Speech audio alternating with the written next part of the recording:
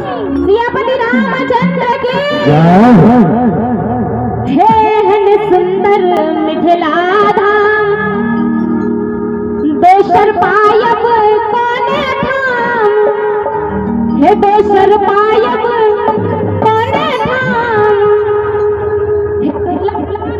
इन सीताराम जनकपुर में हे दुल्हा दुल्हन सीताराम जनकपुर में एहन सुंदर मिथिला धाम दोसर पायब कोने धाम हे दोसर पायब कोने धाम दुल्हा दुल्हन सीताराम जनकपुर में हे दुल्हा दुल्हन सीताराम जनकपुर में।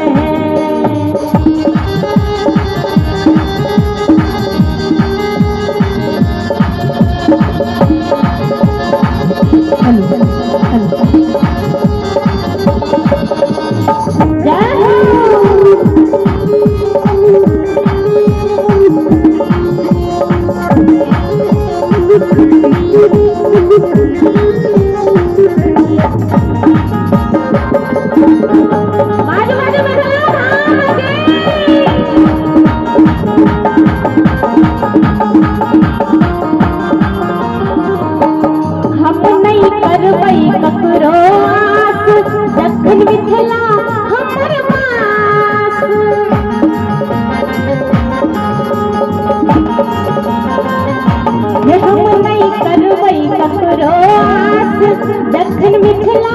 हमर पास दक्षिण मिथिला हमर पास हे हम नहीं करबै ककरो आस जखन मिथिला हमर पास हे जखन मिथिला हमर पास हे हम पर पायन अपन खास जनकपुर में